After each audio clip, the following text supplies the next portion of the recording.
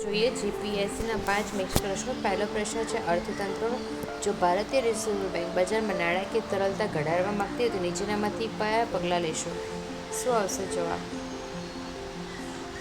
તો કે 1 અને 3 રોકડ અનામત છે એ સીઆરઆરમાં વધારો કરવો, રેપિડ ઓપન માર્કેટ ઓપરેશન હેઠળ સરકારી જામીનોનું વેચાણ કરવું. એટલે માત્ર 1 અને 3 ઓપ્શન.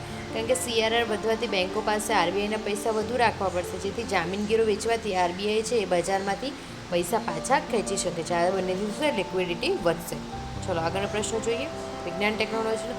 એસ્કેપ વેલોસિટી એટલે નિષ્ક્રમણ વેગના સંદર્ભમાં નીચેનામાંથી કયું વિધાન સત્ય છે?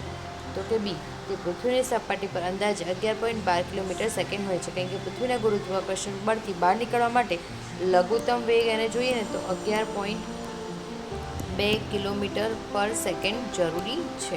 ચલો આગળનો પ્રશ્ન જોઈએ.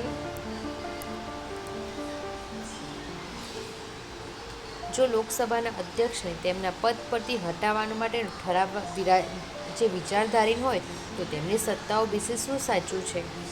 તો કે બી, તેઓ પ્રથમ તબક્કે મતદાન કરી શકે છે પરંતુ કાસ્ટિંગ વોટ આપી શકતા નથી. કારણ કે બંધારણની કલમ 96 મુજબ અધ્યક્ષ પદ પરથી હટાવવાના ઠરાવ વખતે તેઓ સામાન્ય રીતે સામાન્ય સભ્યની મતદાન જેમ કરી શકે છે, પરંતુ જ્યારે બે ટાઈ થાય ને ત્યારે નિયામક મત આપી શકતા નથી.